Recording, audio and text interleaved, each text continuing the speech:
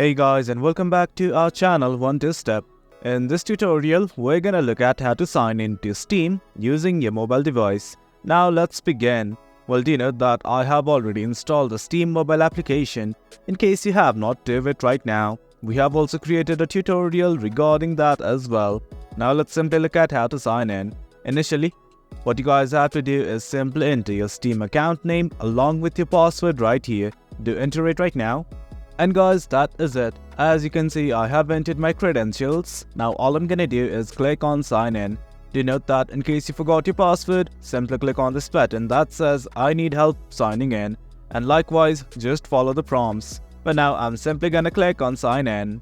That is it guys. This is how you log in to your Steam mobile application. It is quite easy. If you guys found this video informative and for more content like this, do remember to hit like, share and subscribe. Your support fuels us. Until next time, thank you.